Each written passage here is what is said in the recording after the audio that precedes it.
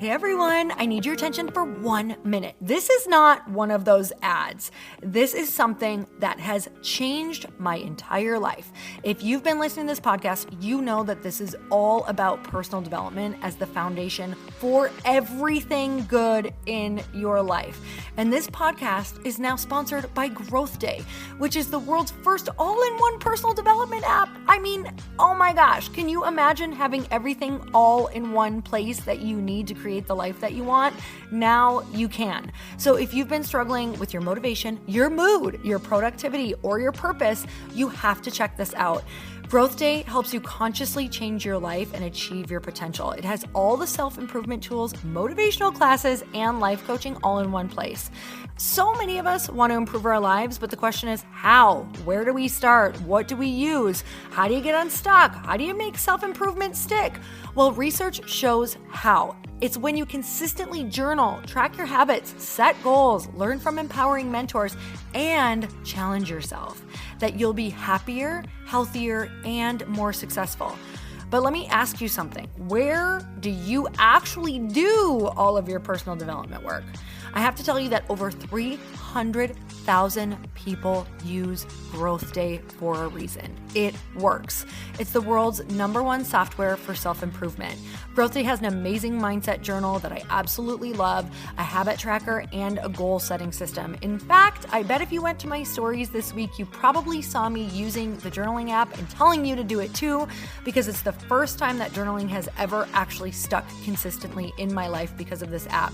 And best of all, Growth Day has live inspirational classes every single week from the world's top motivational speakers and life coaches. These are people who have impacted my life in huge ways. These are mentors who I already knew and loved. In fact, this is something that's so huge for me, you guys. I personally teach a class in Growth Day every single month, and it is one of the most fun things that I get to do, and I'd love to see you there. These classes will truly shift your life. There's always something new that you will learn. So join me and 300,000 achievers growing our lives with actual real intention. Visit growthday.com/Lori for a free trial. Yes, you can try this for free. So go to growthday.com/Lori and go live your best life. You guys, that's growthday.com/Lori. And I can't wait to see you there.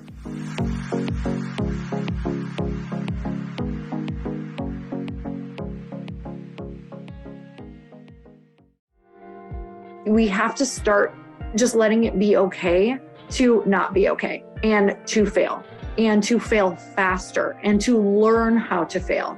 And I really think that if you want to know how to win, you have to learn how to fail, meaning you just fail faster and you surround yourself with the right people and you act faster.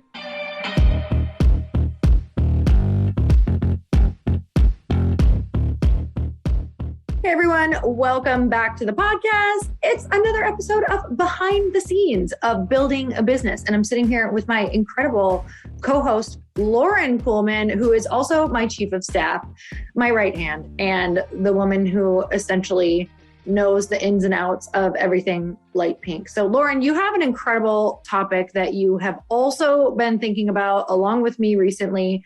What are we going to talk about today? We are going to talk about why we need to play bigger and how to not hold back anymore. Like, why are we holding back so much and why are we not playing bigger? It's been on my mind lately.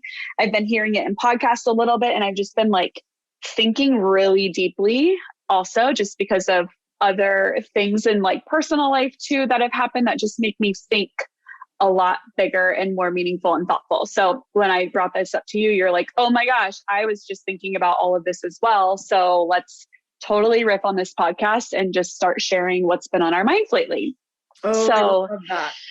Yes. So I'm so excited because I feel like we can go in so many different angles with this that are going to even open up more for me, I think, as we talk about this. But I'm really excited to share a lot of even realizations that I've had just from working with you around this as well. So I'm going to ask you a couple of questions because I want people to hear a lot about how you lead.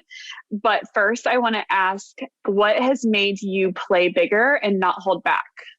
Oh man, this is such a great question. And, as I'm answering it, I'm like, I still feel like I'm not playing half as big as I want to. And I still feel like I'm really holding back in certain areas. And I think we'll always feel that way. But I will say stepping into Lite Pink was like one of the moments of my life where I was like, okay, now I'm in this now I feel like I just stepped into the big girls league, like the big girls arena, and I am scared shitless. So it was definitely the time where I was like, oh God, I thought I was playing big before, but this is like a whole new world. And what helped me step into Lite Pink was really honestly, and Lauren, you and I were just talking about this. I know that you had some stuff in your personal life happen recently that was really traumatic for some of your family. And it is the thought about our mortality. It is literally the thought that I am going to die and you are going to die. And everybody that we are walking around with right now are going to die. And if some people are like, oh my God, this is not the podcast I wanted to listen to, I promise you we're going to light you up in just a minute. But doing as many podcasts as I've done, I've also gotten to talk to so many freaking successful people who, when you actually get this is when you can start living. It's funny, Lauren, I just posted a post. I didn't even know we were going to talk about this, about talking about starting to live as if you really knew you were going to die, like that life is not promised to you tomorrow. And when you understand this, you start to realize that you don't want to waste it.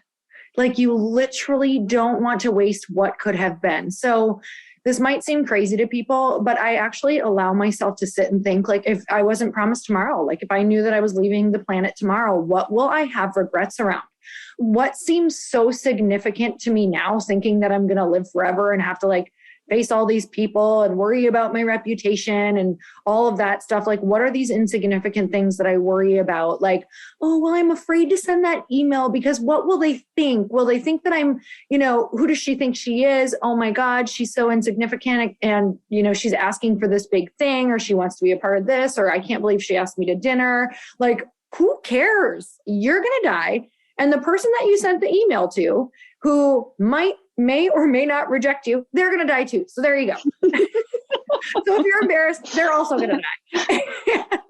I think it's like that. Yeah, thinking before any scary thing, just thinking like they're going to die too. So, so it makes you feel like you can do anything. You're like, all right, so we're all kind of just here for a really short time. You better just do all of the big shit that you possibly can, because at the end of the day, when I picture, okay, Lauren, if I was not here tomorrow, what am I going to have regrets around? And it makes it seem a lot more insignificant. Like, okay, well, how about I just go send that email? How about I ask that person to dinner? The thing I love with the Mel Robbins is that she came out with that 5, 4, 3, 2, 1 book, I believe it was. So like, I literally say that when I'm about to do something that scares me, I'll write it up. I'll write the email. I'll write the DM while I'm excited. And as I go to send it, I'm like, okay, you're sending it on 1, like 5, 4, 3, 2, 1. I send it and I literally walk away and I'm like, now I'm not allowed to check. I'm not allowed to go back and freak out about it. I literally have to forget about it until I get a response, or until I remember. And if I don't have a response, to send it again. So that is a practice, and that is what helps me play bigger. I think, as I said, that what helps me play bigger too is like not feeling so freaking attached to all of these scary things that we do. Like, oh my God, if I don't get a yes, then I'm a failure or I'm not worthy. And my friend Shalene Johnson just posted the other day a reel about show me a successful woman who is afraid to fail. And you're not going to find her, because a successful woman is okay with failing. We actually realize that it is a massive part of success. And that just really, really resonated with me, because we have to start just letting it be okay to not be okay, and to fail faster, and to learn how to fail. And I really think that if you want to know how to win, you have to learn how to fail, meaning you just fail faster and you surround yourself with the right people and you act faster. Oh, 100%, because you learn from every single failure, and that's how you grow and get through one experience to the next. And you're like, okay, how did I, even through a workout, I feel like you go through the struggle through a workout, it's temporary, you get on the other side and you feel so accomplished and so great. And that's the same thing in every single failure and challenge in life and in business. So yeah, it's taking the fast action. You guys, I took Lauren's bar class because she teaches bar, and it was the first time I've ever done bar, and it was freaking amazing. I did think that my day to die was that day. Squeezing that little ball of death while doing little plie squats. And you guys, I normally lift a lot of weights, and I was dying. And yeah, you normally kill me in your workout, so I had to pay you back. Exactly. So try it. There you go. Okay. So we both almost killed each other. But I agree with taking the fast action. And I've been hearing a lot of that too, is like taking fast action, even through your failures. Like, don't think about, obviously reflect, but don't beat yourself up over your failures, but learn from them and be like, okay, what's the worst that can happen? Like, think about that with everything too. When you're scared of something, like, what's the worst that could happen? And I feel like there's a quote or a saying about like, would you rather do this scary, hard thing or whatever and have, like something bad happen? Or would you rather like not do it at all and not know what would happen? Yeah. I'm butchering it, but you know what I mean? That's like so that. True. Because you know what? Everybody's been through bad stuff who's listening. And at the end of the day, I hope you realize as you're listening to this, you've gotten through it. You've gotten through it, and you probably learned some of the biggest lessons of your life on the other side. I just have to share, because you talked about don't beat yourself up over it. And I just did a podcast with a doctor who talks about mindset and just like mental health. And he was saying, when you fail, you got to kind of like say in your head, it actually helps to talk in the third person and have grace with yourself. Like, when I screw up, I do it all the time. I didn't even know I was doing it. I was like, okay, Lori, everybody fails. Everybody screws up like this. What matters is what you do next. So are you going to sit there, or are you going to pick yourself up and go do what you need to do, or surround yourself with someone who can help you get your mind off of this? 100%. And I think what you said about surrounding yourself with the people, I think you've done a really good job of finding the right people to surround yourself with to help you play bigger and to not hold yourself back. So I would love for you to chat more about how you find those people and how you know who those people are that are helping you play bigger and up level yourself. Such a great question. And honestly, you have to get in the room with more successful people than you. There is no way around it. Or you have to get in the room with people who, even if they're not more successful than you, are like fierce freaking cheerleaders who call you out on your bullshit. And once you start doing this, like once you do it one person at a time, and when I say this, like building your network takes so many years, you guys. Like 1 year you might join a mastermind, and the network that you start building is the people in the mastermind. So now you've kind of like built up this network of however many people were in it. Maybe it's 20, maybe it was 50. Maybe you found like 3 really core people who you take with you, meaning like throughout your journey, your life, over the next year. So now you have these like 3 really core people, or maybe just even 1 is great for building your network. And then you join another mastermind, or you start going to different events, or you go to networking events, or you decide to create something where you get people together so that they kind of come to you, whether it's like a monthly dinner or every 6 months you try to get a group of people who are in your industry together, whether it's small or large. But it's really about, if it doesn't exist, you do have to create it. I've had to do that multiple times. I build my network as a part of my life. I don't look at building my network as like, oh, pipeline's running out, I got to build a network. I actually actively look at my life and see if I'm getting uncomfortable that month, and knowing like, am I going to go to dinner with these people? Am I going to ask these people to dinner? Am I going to like go get in this room? Am I going to plan for this event this summer? I really make myself go and get in the rooms with people. Yep. You are so good at that. And you're so good at leading them as well. And like you said, create it. Especially if it's like not vibing with you, there might be a lot of events and you might be going to them, but you're like, these are just not the right people, or maybe you're in a different industry or something. So like you said, just create it. And I'm sure there's going to be people who feel the same way, where they're like, oh, this is finally the networking community that I want. So then you're the one who can actually lead, like you do, the conversations and the strategy and all of that, like intentionally have it go in the direction that you want it to go. And then you can find the network of people by creating and putting out there the type, like you're attracting the people that you're wanting by putting that out there. So don't be afraid to do that either, because so many people will probably benefit from you starting something like that. So another question that I want to ask you, because it's impacted me so much over the last almost year and a half of working with you, is how have you been able to help me play bigger?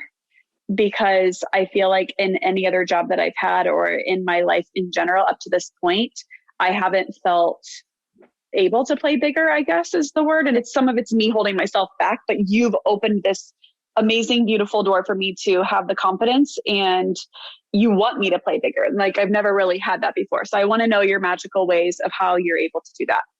Well, thank you. And I feel like this has been an intention and a really hard learning curve for me. Meaning just like I've had a lot of employees, and I feel like, number one, I think this industry allowed me to create leaders a little bit more. But I do think it's just from learning from all of my failures of like, oh, people don't really respond well, like when I act this way, or when I ask for this, or when they're doing a certain thing all the time, or when I don't have, here's the biggest thing that I learned. If you want leaders in your company, like if you want to attract A players, and don't get me wrong, this is actually a big challenge. I've heard this from a lot of people who come and speak at the masterminds or people who own really large companies.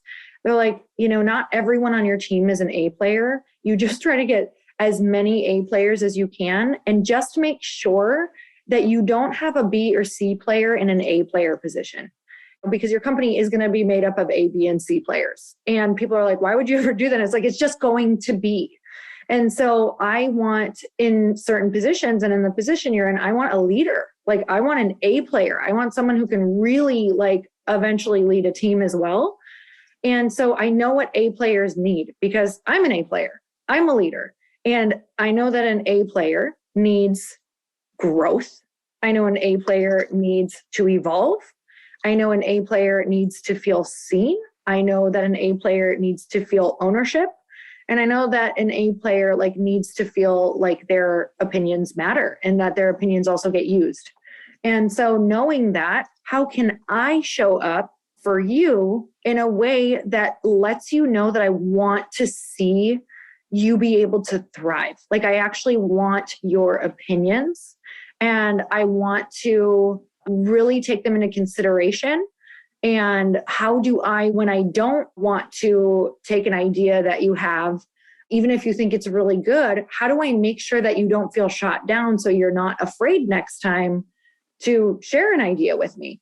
And I really believe that some of the best ideas are going to come from your team, not from you. And if you really want to scale a company, Chris is always in my ear, like, that's not how a founder thinks. That's not a CEO move. A CEO move is not going to be the person who's doing X, Y, and Z, like empower your team, empower your team, empower your team. And it really is the word empower your team, like empower your team to own it, empower your team to take on a project fully and don't hover or look over their shoulder constantly or be like, check in with me nonstop. Like give them enough creative room to bring you something and then guide them with your feedback until they get it to a place that you love. And then I think it's also, a big thing for me has made me realize like, it's never going to be exactly how you want it. And if you can't express how you want it, like if you can't bring that to life, then your team probably can't either. And sometimes meaning like, it's never going to be exactly how you want it, but it might even be better, or it might be different. But you have to let go of thinking that your idea is going to be, it's just going to be like revealed to you, like, that's exactly it. It's totally bang on. I don't actually know anyone who's ever had that like emotion, like immediately necessarily. Sometimes you sit with it because you may have had an expectation in your head and then you're like, this is actually better because blank, or this actually is so close, or it needs this because this is how I want this to feel. So I love when you bring me ideas because I can be like, it lets me even know what I like. I'm like, oh, you know what? I actually realized I don't like this, or I actually realized I do love this. So I think that those are the things that people need to think about with their team is, do you have a place for let's say it's a B player that you want to evolve into an A player? Do you have a place for them to evolve to? And most importantly for your A players, do you have a place for them to continue being challenged and evolved? Because they're going to want those challenges. Yes. And you actually see them. And what I love about you is when I was starting as your assistant, it was so amazing to feel like you said you want to have these people feel seen. And I felt like really for the first time that you actually saw me for the hard details that I'm focused on, and like all of the systems and processes and just like the work ethic and all of the things that I do.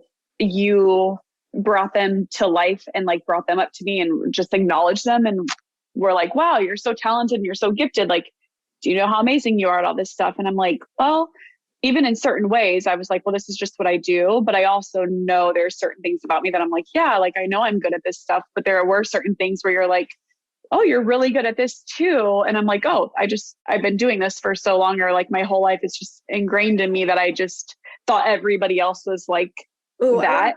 I want to point that out because you bring up such a great recognizing when you have somebody in maybe like a C or B position. Great. That's wonderful. But recognizing right away when their talent is far superior than that.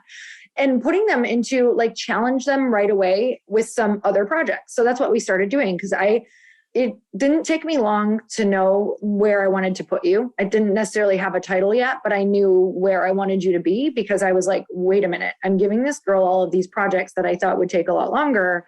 And she's like, not only crushing them, but organizing them and really looking ahead to the foreseeable future and seeing what we're going to need and anticipating needs, which is just like one of the biggest things that people can do if they want to excel at a job. And I think for me, just observing the amount of anticipated needs and like, where could this go wrong, and being extra detailed and making sure that we get what we need from people and teams. I was like, wait a minute, this is not normal. So if you guys are noted, because I've worked with so many people, that this is not a normal employee that I'm working with here, or this is not the average person that I hire for this position. And I was like, I don't actually know if she knows how good she is. So recognizing and telling and nurturing, and then adding other tasks fairly quickly to see where's that threshold and where's that tolerance and where's the skill set. And as I added projects, I had to know, like, it was okay if you screw these up. Like, I had to tell Lauren that. I remember telling you that a lot because you were so afraid of like doing something wrong. And it was like, I know that I'm giving you a big project, but I'm also okay. Like, we can fix this if these things get screwed up. Like, everything is fixable. And I think maybe that's why you feel you don't go and do things freaked out. Like, I'm going to ruin this. It's like anything that we have been like, okay, well, this is really sucky that I've done or you've done. Like, we've been like, but we're going to get through and we're going to fix it right away. So totally. That's such a good point. Yes. You've definitely allowed me to fail. And when I have, it wasn't the end of the world either. So I feel like I'm already, and most people probably are hard on themselves, where it's like, you already know when you screw up, like never to do it again, and like put a procedure in place to fix it for next time.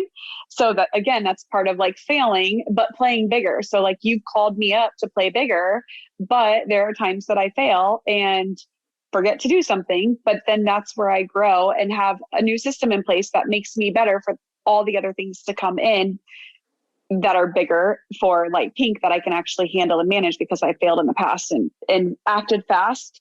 And what was it that you said? Like, how are you going to respond to the failure? Like, you put something new in place and that allows you to continue to play bigger going forward. But you've allowed me to have more confidence because you've given me more tasks and you're like, okay, just like run with it. Let me know like questions that you have, but you didn't, like you said, look over my shoulder and micromanage and take all of the, like, you didn't say, this is exactly how I want it from step A to Z, just do all the tasks. You were like, okay, this needs done. Feel free to email. Figure it out. Yeah. And right. you Like, do. You always do. And I think that that's the thing is, like, as you're talking, it's just, I've learned from so many amazing leaders, like, to not lead from fear. And there is a leadership style that people really believe works, and it does get results. I'm going to be super honest. I've seen it work. It's worked on me, but I don't think it has sustainability where people lead from that place of like, oh, you you better not fuck up again because you won't have your job after this. Like, then what does your person think the whole time? The mantra in their head is like, I better not fuck up. I better not fuck up. Oh my God. And all of a sudden, what do you think they're doing? They're totally screwing up. So I don't ever want that in your head. Like I never, ever want that in someone's head. Like, oh my gosh, she said one more time like this, or that was so terrible. Don't freaking do this again. Like, I don't want that type of emotion, like running through anyone that I'm working with, like running through their head ever. Right. And that's going to make them play small if they're constantly scared. If I had that feeling, I would be like, oh, I'm going to like maybe bring the smallest, like slightest idea to the table, maybe. But if I wasn't treated that way, like I'm not, then I'll bring up anything and it can be like, oh, maybe not. Or, oh, maybe this, but this. Like I can bring anything up, say anything, ask anything, and there's no fear around it, which allows me to like literally be called up and even challenge myself to be called up to play bigger in areas that I'm not comfortable in or experienced in or any of that. But then learning to love it so much, it's kind of crazy, like supply chain things or attorney things that sound so scary and like, oh my gosh, am I able to know what I'm doing when I'm talking to this attorney? And I think that's something too, is like challenging yourself to get in those situations in life or business where you're like, am I educated enough? Do I know enough about investing to have this conversation with an attorney? And you just have to put yourself out there and even say like, you know, I don't know everything and I want to learn. So you guys might need to help me along the way, but here's what I know. And here's where I know I need some help. And here's where I know I need some guidance. And you build your confidence and you learn so much so quickly when you're kind of just thrown into it. So I would advise anybody, even if it's like going to an event that you're like, oh my gosh, this is way above me. That's actually the way that you're going to grow and challenge yourself, because it's not the people who are not doing as much as you, you're the most successful one in the room or the most experienced one in the room. Like you're not going to learn from anybody else underneath you who hasn't done those challenges before in front of you. So I think it's in life and in business to not feel so intimidated and going back to not having the fear of failure, because what's the worst that can happen? And just like, where can you play a little bit bigger and where do you acknowledge maybe even every single day? What I want to start doing even more is like, where did I hold back today? Where could I have played a little bit bigger? Where can I add more value, whether it's business or in my actual day-to-day life as well? Oh my God. I love those questions. You guys, that's such a good journal prompt to do. Maybe from the day before, you know, if you journal in the morning or if you journal at night, that is such a good prompt. Like, where could I have played bigger? Where did I hold back? And just having the loving, graceful acknowledgement of it, being like, hey, I'm going to try a little bit harder tomorrow. I love that so much. Lauren, it is like my absolute pleasure and honor to podcast with you. It's always like one of the things I look forward to during the week. And you guys, we're so grateful for you. So make sure you give us a tag, a shout out, and let us know what your biggest takeaway was. And Lauren, where are we going for questions? Are we having them send questions to any spot? Is that the text list? Yes, the text list would be the best. DM is fine on Instagram as well. So you can text us at 310-496-8363 and just put the word Lite Pink. And then just type your question there, anything that you would like us to answer on any of the upcoming podcasts. Amazing. So you're just going to text the word Lite Pink to that number. And then after that, you'll get some prompts and then you can just text your question and we will get it. And what's so much fun is, Lauren, we can start shouting out their names with their question. Yeah. That would be so fun. So you guys, if you want to get a shout out with your question and we can chat with you on the pod, that would be awesome. So until next time, you guys, earn your happy and we will talk to you next week. Bye-bye. Bye.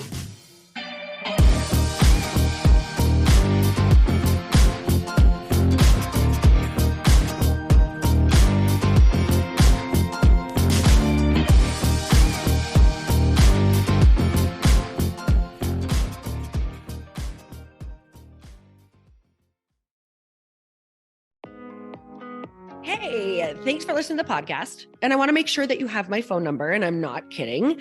Did you know that I have a community text number? For real. My phone number is 310-496-8363. This goes directly to my phone. All you have to do is text the word daily to 310-496-8363. And I literally text you every single day, Monday through Friday.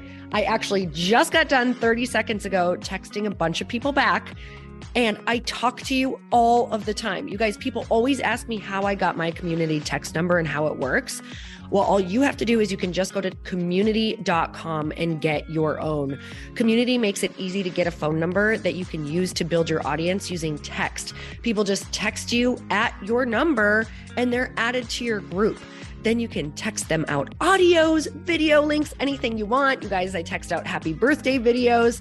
I love to send podcast links, thoughts about life, book recommendations, different events that I'm doing in the local area. Texting gets me out of the noise of social media and directly into your hand. And now you can start texting your people too. Just go to community.com to get your phone number. They give you a 10-digit real phone number, not those weird short codes that look like spam, but it's more than a phone number. Your new number comes with an inbox for SMS and texting. This means you can actually manage your text list from your computer and an app on your phone. You can schedule text to send at certain times and to certain groups.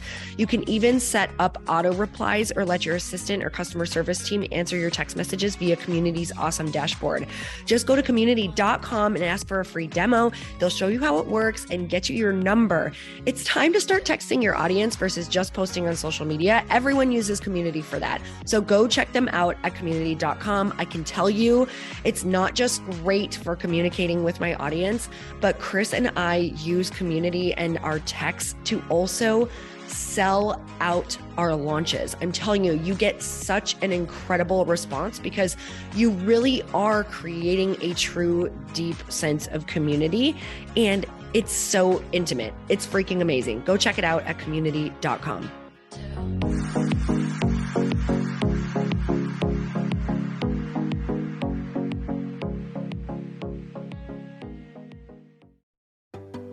Hey, do you know what the big secret is this year? And it shouldn't be a secret because this should be your biggest focus. It is building your community. I am always working on building and nurturing my community, and everyone is talking about the power of community. Without an online community, you just cannot grow organically or create a real movement, which is what I know that we're all after.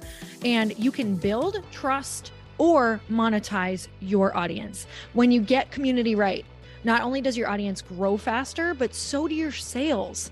But where's everybody going to be managing their communities these days? And a lot of online entrepreneurs and thought leaders are turning to Circle.so. Circle is an all-in-one community platform. It lets you host content and create discussions, live streams, group chats, and memberships all under your own brand. And what's so cool about Circle.so is that you don't even need a website or Facebook group. Instead, Circle lets you build your own community site where you can host content and manage your members. You can even create locked and unlocked content spaces, groups, and classes. How freaking cool is that? You can put your content behind a paywall too, and you can charge different amounts of money for different spaces on your community site. Circle.so is famously easy to use, and it has a free 14-day trial for you, so you can go check it out, see if you like it, see if you love all the options. Just go to Circle.so. Go check it out right now, you guys. Imagine being able to manage your community, start group chats and live classes, and accept payments all in one place. Kind of mind-blowing since this is usually spread all over the place. You have to log into so many different things. If this is the year to capture, organize, and monetize your community, head over to Circle.so. You can get a free trial and start building your online community right now. Just go to Circle.so. You guys, you get the 14-day free trial. So just go and see if it's for you. It's going to streamline everything and make your life so much easier. It's so freaking cool.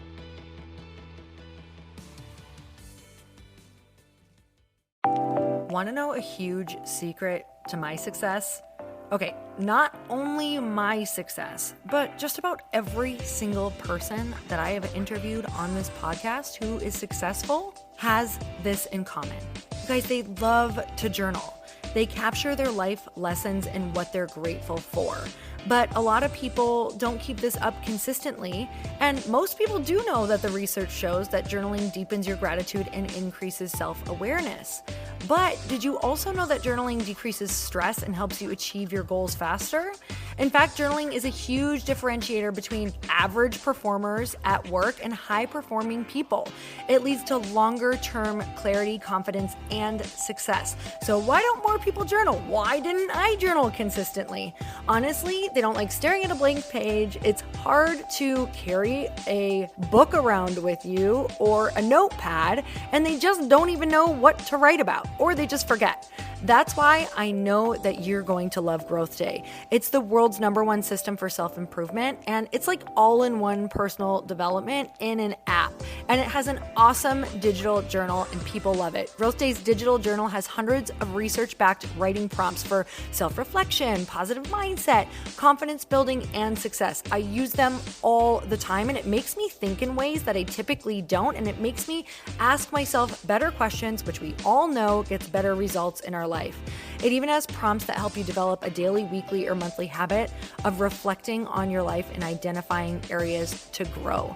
So it's a perfect time of year to start journaling, you guys.